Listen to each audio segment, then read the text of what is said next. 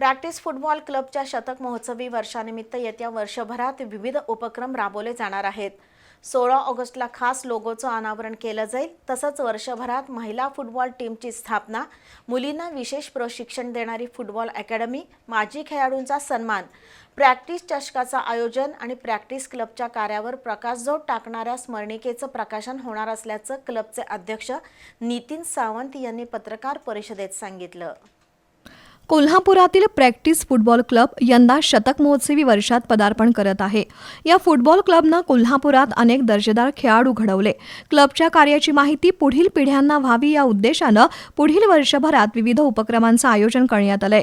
त्याबद्दलची माहिती practice football क्लबच्या वतीनं पत्रकार परिषदेत देण्यात आली।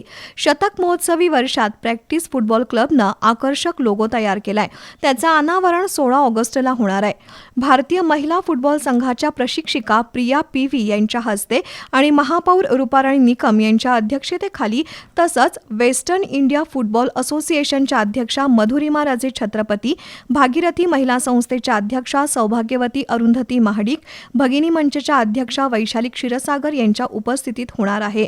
प्रॅक्टिस क्लब जिल्ह्यातील पहिला मुलींचा फुटबॉल संघ तयार करणार आहे। त्यासाठी मुलींना मोफत फुटबॉल प्रशिक्षण दिलं जाईल। तसंच 1960 पासूनच्या प्रसिद्ध फुटबॉल खेळाडूंची कामगिरी आणि प्रॅक्टिस क्लबची वाटचाल याबाबत स्मरणिका प्रसिद्ध केली जाणार आहे।